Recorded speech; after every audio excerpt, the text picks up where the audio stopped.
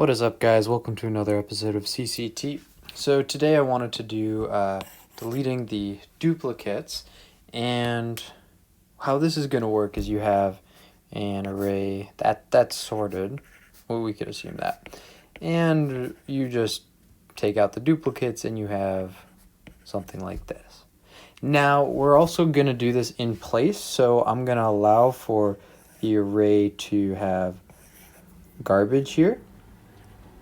But we're just going to make the front part the most important, and we could also return the length. So return the list and the length of the important stuff.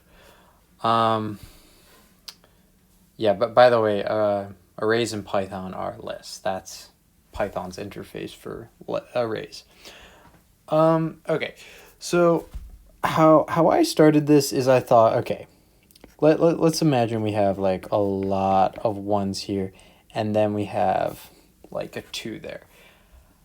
So my first thought, considering that they're sorted, is I kind of can have like 2 comparisons here. One here, which is the current, I guess you could say, and the blue can be the comparison. And my thought was, I'm just going to look for the first non-one. So I'm just going to skip through this. That's 1, 1, 1, 1. And of course, I'm like, I'm not necessarily comparing it to 1. I'm only comparing it to 1 because we'll call, wait, that's not what I meant. We'll call the thing that the black pointer is pointing to the comparer. Okay, so I'm comparing it to 1. Until I get to this 2, which is different. And then I was like, okay, that seems fine. Then I'd put this 2 over here. And then I would probably move my comparer over. So let's make this now the compare index or pointer. We'll just call it pointer because I'm pointing to it.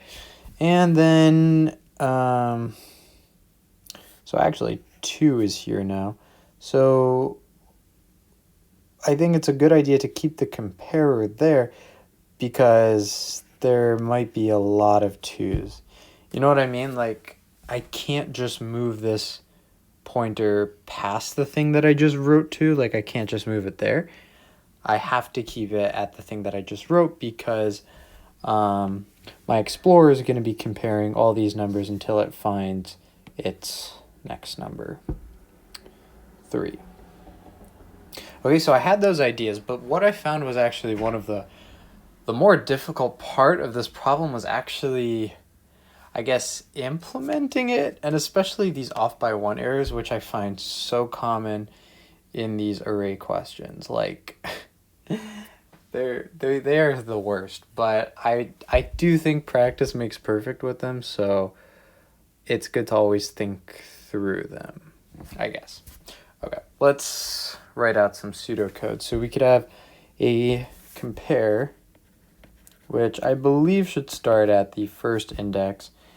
And then I do want to have this like blue thing seems to be the Explorer pointer. That's what I'll call it. And yes, so we can loop, I'd say from 1 to the length of our array. And so here's, let's think. Now I'm just looking at this case where there are a lot of duplicates. I also am definitely going to have to consider something that doesn't and make sure it still works for that, where it's like the ones next to it are different, you know? So but anyway, let's focus on this case first. So 1, 2, or 1, okay. So you have the comparing start at 0 and you have your index starting at 1. So I guess the thing to first start off is if they equal each other, because that means duplicates, and that's what I started off with.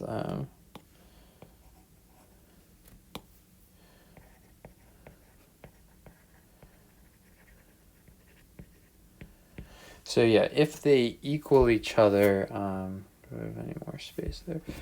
Let's shift this over actually.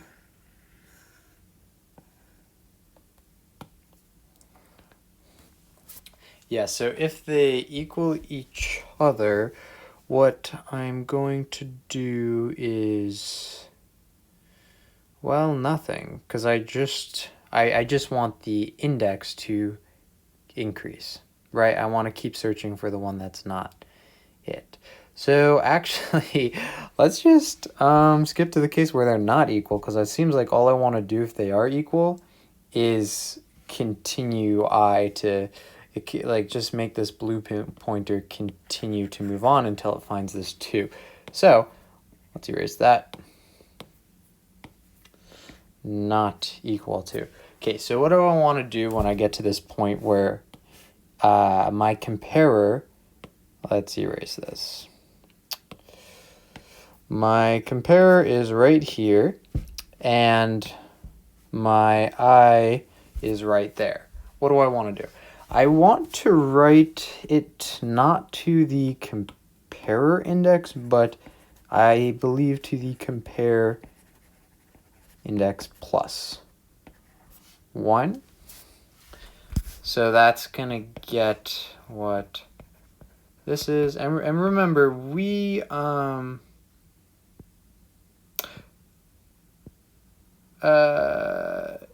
yeah, we like don't care about what's here anymore, so it's not like we need to swap this or anything. We just need to update this value. In fact, I'd say everything in between I and our comparer, like this is essentially garbage. This is going to be overwritten eventually by some values here.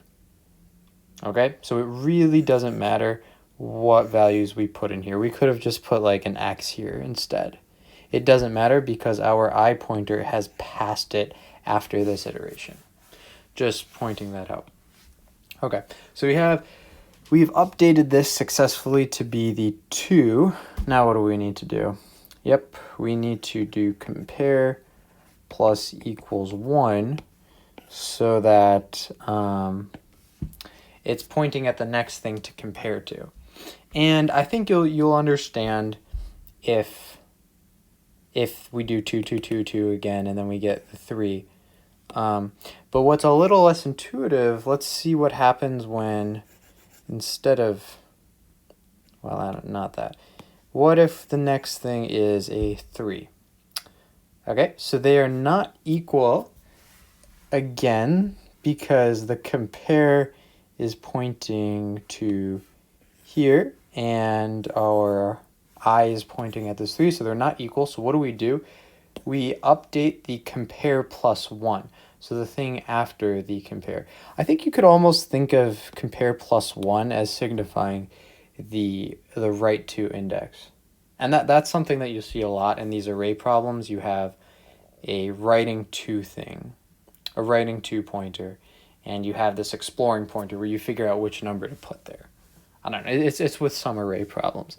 So as you can see, this would actually go here, and then we would actually move this over here, and yeah, it works out. Okay, so then what are we going to return? I'm pretty confident this would work. So what are we going to return? We're going to return the is it compare? So what is compare right now? If it ended our array here, what would compare be? It would actually be 3 because we updated 3 to be there. Yeah, like before this final iteration, it was 2, but then it did come inside here. It updated 3 over here, and then compare did indeed move. Whoops. Okay, let's just draw it like this. Compare did indeed move to there. So compare is, yep, 3, which is exactly the length that we want, 3, or 1 plus the last index. So, yeah, let's just return compare, because that is actually the length that we want.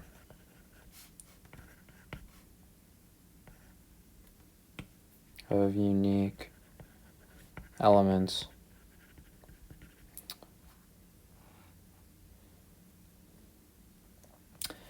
Yep.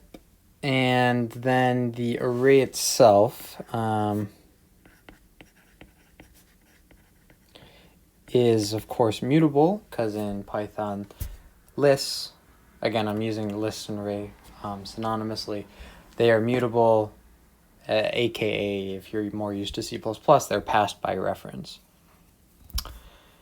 Yep, and then the time complexity is going to be once. Well, or sorry, is it going to be what? It's going to be, we've went through this array exactly once, so time complexity is going to be O of n, and we have done this in place, so space complexity is O of 1.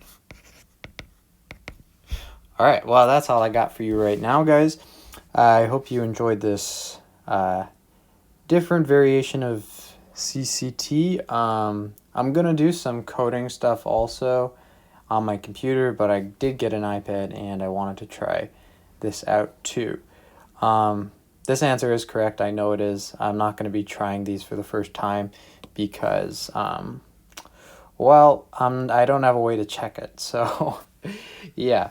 I will still, when I do these ones, be going through my thought process, because I think that's still a good way to, for me also, to like think through the steps and how I could think better in the future, and also for you guys to see my thought process from the beginning. But yeah, I'll be going back and forth from the iPad and the computer, and I hope to do these more often. So I'll see you guys next time, and yeah, thanks for watching.